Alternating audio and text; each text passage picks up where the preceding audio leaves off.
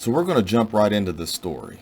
It's kind of disturbing, sad all at the same time. So let's just take a look at what I'm talking about. So a pioneer wagon and remains of 4 uncovered. I'm going to read this the best I can. This was in April 22nd of 1930 in Lingle, Wyoming.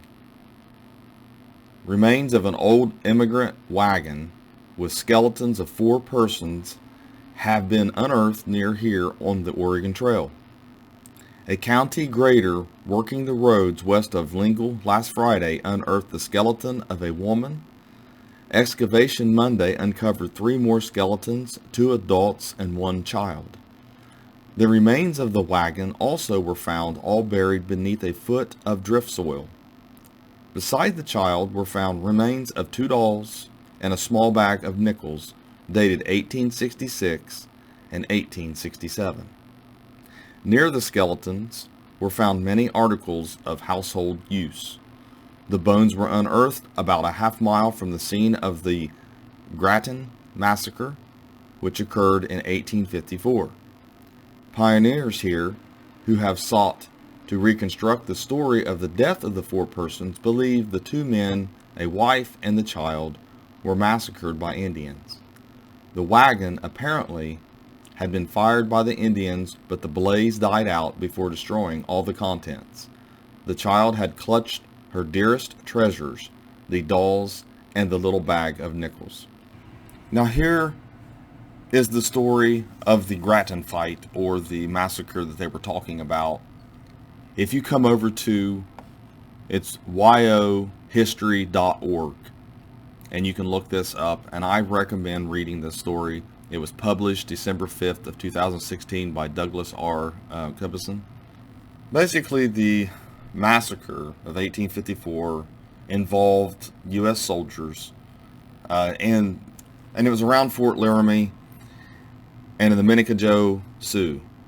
And people were on the Oregon Trail after they found out about gold, and they were, going to California. And I mean, we're talking anywhere from 30 to 50,000. And at first, the Sioux tribe, they would actually, the Indians of the time would ask for trinkets and little things like that. And then it got to where some certain ones were demanding it. So they built the fort, and the army presence was there. And then things just escalated over time to the point where soldiers were killed, and it created a war that lasted for a long time. A generation war, basically. And to think that the child that died in this and the other people as a result of that action, which was a rash action. I mean, if you actually read the story, and I'll go down to the bottom, every attempt was made to fix the situation that happened, but it just was bad decision making on the soldiers' part, the U.S. soldiers' part. And right here it says, A War for a Generation, says, Fleming later noted in his official report that Grattan had been rash and impulsive almost beyond belief. And those were, 2 of the soldiers that were, he marshaled the troops in line facing the conquering Bear Lodge. And he was one of them that was involved in this, that was leading this.